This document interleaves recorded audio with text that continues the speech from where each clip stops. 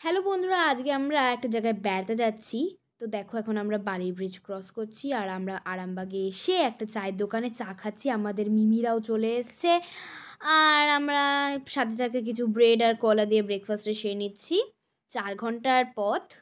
আচ্ছা, আর দেখো কি সুন্দর রাস্তাটা, দুদিকে গাছগাছালিতে ভরা আছে।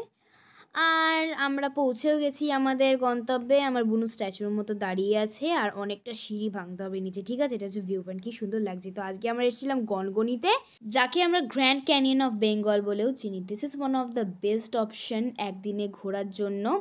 ঠিক আছে, এখানে এসে খুব সুন্দর সুন্দর ফটোশ্যুট করতে পারবে।